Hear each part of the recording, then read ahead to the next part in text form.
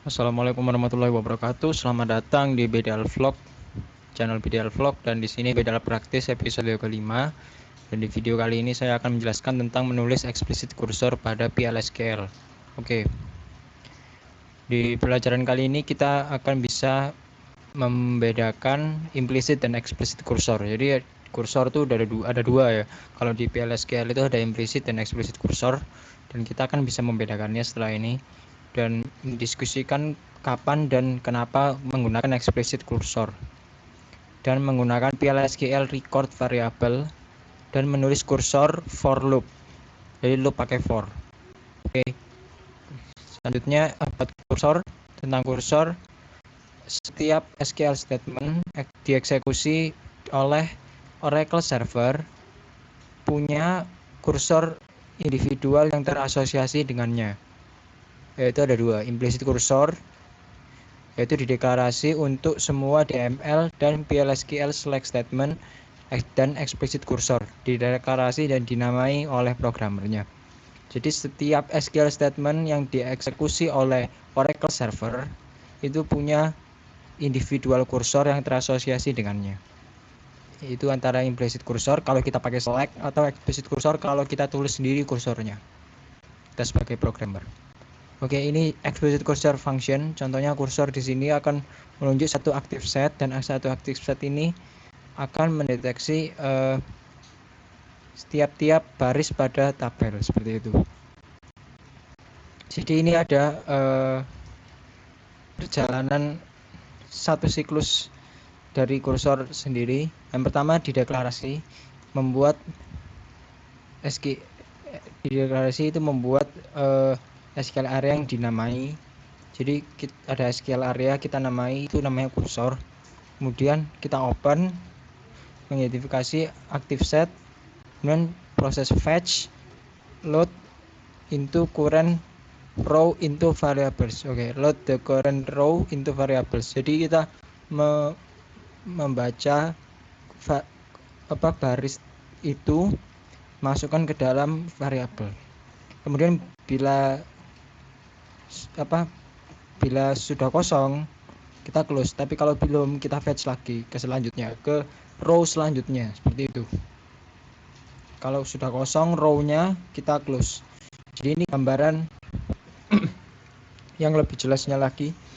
Pertama kita open the cursor pointer akan menunjuk ke row pertama, kemudian fetch row, fetch akan memisahkan row pertama tadi, kemudian cursor pointer akan menunjuk ke ke row selanjutnya, dan itu akan fetch ini akan dilanjutkan sampai row-nya kosong seperti ini, kosong, nanti ditutup.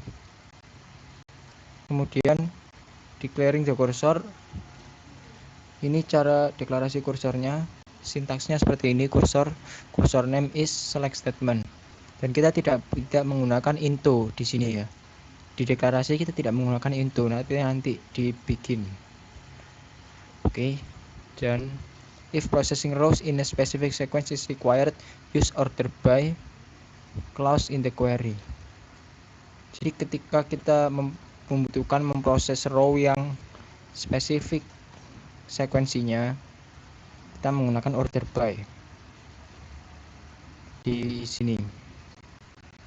Contohnya seperti ini. Kita membuat ini kursor, PMP kursor, isinya select. Jadi kursor itu isinya select gitu aja. Sederhananya seperti itu. Select employee ID last name from employees. Kemudian ada kursor lain, type kursor is select semua from departments where location ID 170. Ini cara deklarasinya. Nah, cara mengopennya sini, open kursor name. Jadi misalnya kursor name-nya tadi EMP kursor, open EMP kursor seperti itu. Open kursor untuk mengeksekusi query dan mengidentifikasi set yang aktif. Jika query return no rows, tidak ada row, no exception is raised, tidak ada exception yang muncul. Gunakan atribut row untuk menguji outcome setelah fetch. Oke. Lebih jelasnya nanti ada contohnya. Kemudian ini sintaks untuk fetch cursor name into variable di sini. atau record name. Jadi bisa kita isi variabel, bisa kita isi record name. Fetching data from cursor. Jadi ini contohnya loop fetch data ke kursor, exit when kondisi tertentu, kemudian end loop. Jadi dia akan meng-fetch terus menerus dari emp kursor ke variabel 2 ini, mno dan iname. Kemudian close kursor name. Kita harus menutup kursor setelah menyelesaikan processing rows. Kita bisa reopen the kursor. Jangan mencoba untuk meng-fetch data setelah ditutup. Ini ada atributnya, is open, not found, found, dan row count. Nanti contohnya ada ya, is open,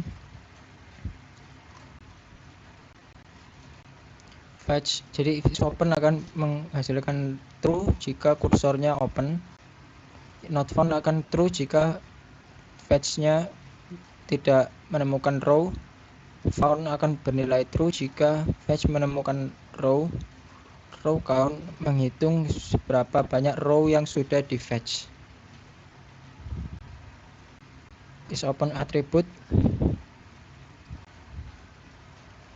Ini contoh penggunaannya. If not emp cursor is open, then open. Jadi kalau belum dibuka kursornya, buka, gitu contoh penggunaannya. Kita controlling multiple fetches. Jadi kita bisa mengontrol multiple fetch. Process several rows from explicit cursor using a loop. Menggunakan loop, fetch a row di setiap iterasi. Gunakan explicit cursor attribute untuk menguji kesuksesan dari setiap fetch. Jadi contohnya nanti ya. Not found dan row count attributes. Row count itu sudah dijelaskan ya. Not found juga sudah. Kemudian ini contohnya. Oke, kalian pause dulu video ini, kalian pahami dulu. Jika sudah, nanti play lagi, saya jelaskan. Oke, saya jelaskan sekarang ya. Jadi di sini declare, jadi vmno seperti biasa, variabel. Kemudian ini kursor, select employee ID last name from employees, begin open emp cursor. Loop fetch emp cursor into vmno iname. Jadi setelah kita deklarasi kursor di sini, kita masuk ke begin, kita buka kursornya, kita loop, kita kemudian melakukan proses fetch emp cursor ke vmno ini dan viname ini di fetch. Kemudian exit ketika row count-nya lebih dari 10 atau kursornya tidak ditemukan. Kemudian di output mno dan iname-nya. Sesederhana itu. End loop, terus baru ini kan end loop kan buat fetch-nya. Kemudian close kursor buat open-nya ini. Kita close seperti itu. Selanjutnya kursor dan records. Kita juga bisa memasukkan ya. Memasukkan tadi kan kalau ini ke variabel ya, into variabel, kita juga bisa ke into record, karena record itu isinya beberapa variabel seperti itu. Mantap. Oke, siap. Oke, next, kursor for loops. Jadi kalau kita for loop itu adalah shortcut untuk proses explicit kursor. Jadi open, fetch, dan exit, dan close itu implicit. Jadi langsung, tanpa kita open, tanpa kita fetch, tanpa kita exit, tanpa kita close. Kalau pakai for loops, contohnya ini. Kita declare dulu kursornya, select last name, department ID from employees, begin for emp record in emp kursor ini loop implicit open, implicit fetch. Jadi di sini tuh ada open sama fetch di sini. Cuman dia kita tidak perlu kita tulis karena dia implicit. Jika emp record departemen ID 80 dan end loop. Nah, seperti itu. Jadi kalau pakai for itu semuanya jadi implicit, tidak perlu kita tulis open, fetch, dan close-nya dan close loop. Oke. No need to declare the cursor. Nah, ini juga kalau kita mau pakai ini, tapi kita nggak usah declare kursornya, langsung aja di sini bisa. Jadi in langsung pakai select di sini, seperti itu.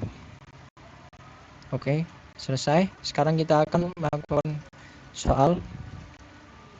Yang pertama, jalankan script berikut ini untuk membuat tabel baru dengan top docs yang menyimpan gaji salary dari pegawai. Ini scriptnya, create table top docs salary number 8,2. Bentar ya.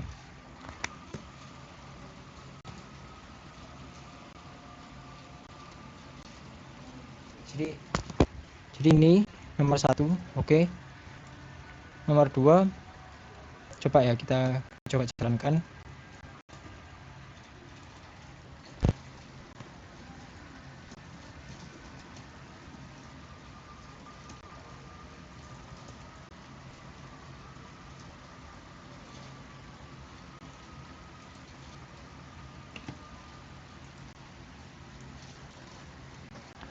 Oke, table created berhasil. Kemudian nomor 1 berhasil ya. Nomor 2, buat program PLSQL untuk menyimpan data N pegawai yang memiliki gaji tertinggi. Misal N-nya diinputkan nilainya 5, berarti menampilkan 5 pegawai yang memiliki gaji tertinggi. Keterangan, gunakan perintah define untuk menyimpan nilai N, lewatkan nilainya pada blok PLSQL blok melalui variabel substitusi ISQL+. Oh, jika dua pegawai memiliki gaji yang sama, maka nilai gaji cukup disimpan sekali saja. Jadi ini supaya menggunakan SQL Plus ya, sedangkan saya menggunakan SQL Plus biasa. Saya akan coba ya. Jadi saya sudah punya jawabannya di sini. Cuman saya belum mencobanya. Saya akan coba ini di SQL Plus yang biasa. Jika tidak bisa, mungkin karena SQL Plus-nya harus SQL Plus. Sedangkan SQL Plus yang saya gunakan itu Oracle Server 11G. Jadi 11G itu nggak ada SQL Plus-nya. Jika dua pegawai memiliki gaji yang sama, maka nilai gaji cukup disimpan sekali saja. Simpan nilai gaji dalam tabel top docs. Uji program dengan memasukkan nilai N yang tidak umum, misal N sama dengan 0 atau N lebih dari jumlah pegawai dan employees. Kosongkan isi tabel sebelum diisi dengan N gaji nilai tertinggi. Jadi ini jawabannya. Define N di sini. Deklarasi V N number. Jadi ini dua variabel. Kemudian kursor, select from employees group by salary, order by salary desk. Bikin, kita kan ini harus kosongkan isi tabel dulu. Jadi kita delete dulu, delete top docs, kemudian baru open cell-nya, terus baru cell kursornya maksud saya, kemudian baru loop, terus baru di ini ya, seperti ketentuannya ini ya. Jadi define N ini nanti ini diinputkan N sama dengan 5. Kita coba dulu ya. Coba dua baris ini dulu.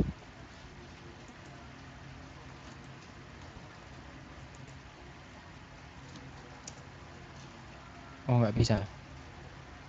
Oke, nggak bisa. Tapi ini jawabannya ya. Ini ya. Kemudian kita select semuanya. Oke, kita lanjut ke soal selanjutnya. Buat program PLSQL untuk menampilkan data pegawai, last name, salary, dan manager ID yang bekerja di departemen tertentu. Tentukan nomor departemennya, letakkan dalam variabel substitusi.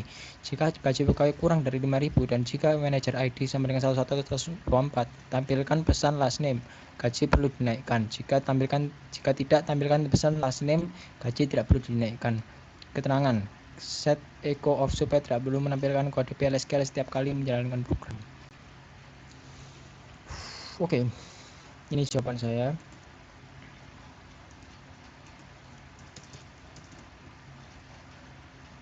Set echo off, set server output on untuk DPM output line-nya. Kemudian depth-nya 50.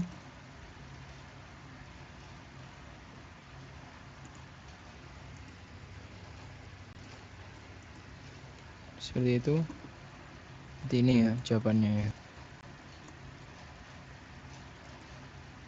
Begin ini pakai for loop. Jika lebih dari 6.000, 5.000 ya ini. 5.000.